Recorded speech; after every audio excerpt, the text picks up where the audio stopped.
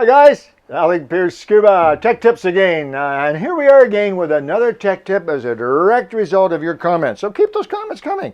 Listen, if you're watching my tech tips and enjoying them, and I hope you're enjoying them or picking up something, maybe a couple of tips here and there. Apparently a lot of you are. I'm so glad. I ain't making any money out of this, trust me. But, and if you say, well, that's kind of weird, or you have a question, for God's sake, send it to me, and I'll do my very best to address it, and maybe even make a tech tip about it. And if I don't know the answer, and there's lots of things I don't know about diving, it's something I've learned in 60 years of scuba diving. That's right. I started diving in 1958. This is 2007. Do the math. You know, one thing I have learned is that I don't know everything about scuba diving.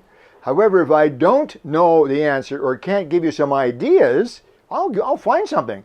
I have lots of friends who are experts, some of them diving as long as me, not too many, but experts, and I'll get an answer. So keep those comments coming. This tech tip about weight belt harnesses is a direct response to a comment or question.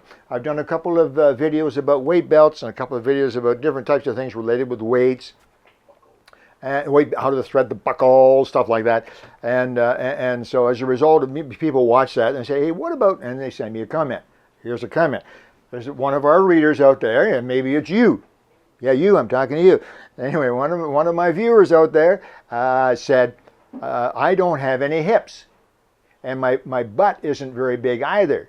So when I put on a weight belt, I'm a pretty big guy. When I put on my 35-pound weight belt, I have a heck of a time holding it up. It keeps slipping off my body. Understandable. If you have a 25, or not uncommon, or a 30 or 35-pound weight belt, and you have no hips and no butt, what do you do with the darn thing? You suck your tummy in, you anchor it tight, you come up afterwards with a stomach ache. You know, you end up going for heartburn medicine just because you weight belt. Now, I want to mention something right now, and this is another, I think somebody out there asked about this. There are weight belts that are stretchy or expandable. There's a couple of different types.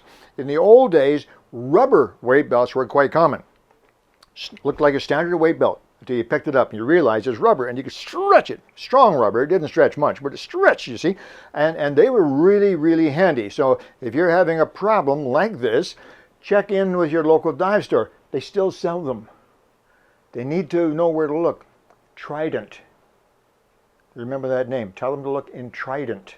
And they can look in that company which sells accessories, okay? And they'll find rubber weight belts. And the beautiful thing about rubber weight belts is you put it around your tummy, and you suck your tummy in a bit, you know, and then you pull the weight belt tight, it stretches, close the clamp, okay? Now, as you descend, you see, and here's the problem, by the way, if you don't realize what the problem is. As you descend, your wetsuit shrinks. So your weight belt that was snug at the surface isn't snug anymore. Falls right off. Happens all the time. Do you have any idea how many weight belts I have found on shipwrecks around? Oh, yeah. So the rubber weight belt, stretchy one, it actually stays snug to your body to a certain extent. However, you are wearing 25 or 35 pounds, not uncommon. And people, if you're down south and you scuba dive with no suit, or maybe a 3mm shorty, and you're saying 35 or 40 pounds, are these guys nuts? We're not nuts. But we wear wetsuits and dry suits. And up here in real diver country, no, I'm kidding. I love to dive down south. But we do dive here in the north as well. And the water's cold. We have to wear a thick neoprene suit. The wetsuit or the dry suit generates 25 pounds of buoyancy. You need 20 to 25 pounds of weight just to overcome the wetsuit buoyancy. Plus another 4 or 5 for your natural buoyancy. So 20, very common. 25, quite 35, 40. Not uncommon. If you have a big weight belt like that and it keeps slipping off, it's going to be a problem. So this is a 16-pound weight belt. Cheapers. A 16-pound weight belt, and you see the problem. Now, I can get this around my tummy, and I spread the weights out, and it's not comfortable. If anybody says, I love wearing a weight belt, move away. That person is dangerous.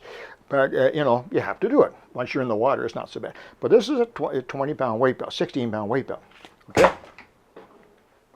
Anyway, if you don't have hips or a bum, it's going to slide off.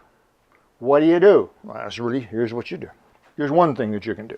All right? You get yourself a weight belt harness. You go to your local dive store and you explain the problem and say, Alec Peirce at Alec Peirce Scuba told me to get a weight belt harness. And they, of course, they'll know me. Maybe. And you tell them, I need a weight belt harness. And this is what it looks like. It looks like, I don't know, what does this look like? A straitjacket. It actually looks like the harness I use when I'm hunting up in the tree stand, Kevin, so I don't fall out of the tree stand. Anyway, so here's the way it works. Let me explain how it works. The blue part is just an ordinary weight belt. I'll show you that in just a second. So with the weight belt harness hooked up, that goes there, and this goes over here. There's that other armhole there, Kevin. Here we go, right there. This goes over this shoulder like this, you see. Now once you get it all organized and you don't take it apart. So here it stays like this. Now here's the weight belt. I'm going to pull it out. There's an ordinary weight belt. So this is your weight belt that you put the weight on. So after you get the harness on, this is too big for me. I'm going to talk about that in a second. So the weight belt goes through there like that, around to the back. I'm going to get the two back harnesses back here. I'll turn around there, Kevin. Can you see that? So it goes through that one, and then it goes through that one. How's that? Good. And then come back around here, and now it goes through this one. Okay, and now you do your weight belt up in front. You do the weight belt up in front first. Okay, good. All right. So then you simply pull this snug like so on each side. Yeah, there's another buckle on each shoulder. And now the weight is being held up by the, see that? The weight's being, and you can actually loosen this a little bit so it's not so hard on your tummy. It can't fall off. You see, it takes the weight. So even if you don't lose your weight belt, if that's not the problem, but you find the weight belt really heavy, this might be really beneficial too. Now, a couple of things. First of all, if you get one of these, they come extra long like this. I mean, weight belts come 52 inches. You don't need 52 inches, so you could cut some off the weight belt. Not too much, be careful. But once you get the weight belt harness set up, you can cut some of this off. You just don't need it.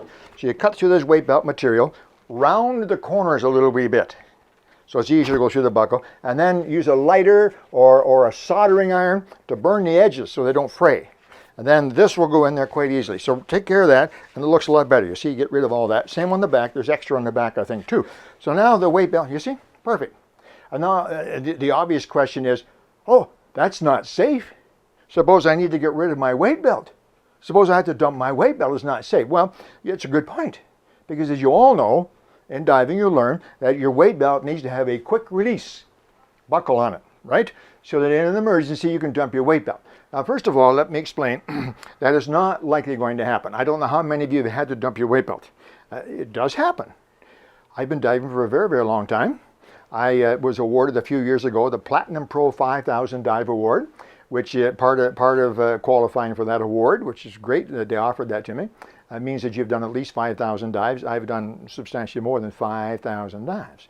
I have never dropped my weight belt intentionally. Why not? Because they're expensive. No, I've never dropped it because I never really needed to. In the early days, I didn't want to drop it because I was a kid and they were expensive.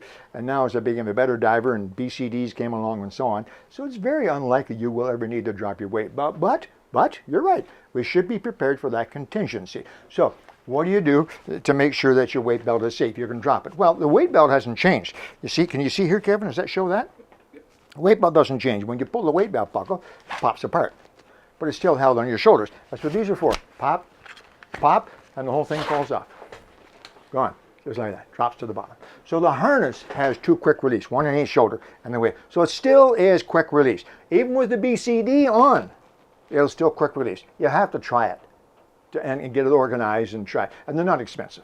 So you folks that are maybe concerned about this, you're wearing a big weight belt and you're losing your weight belt and the weight and everything, whatever the reason is, think about this idea.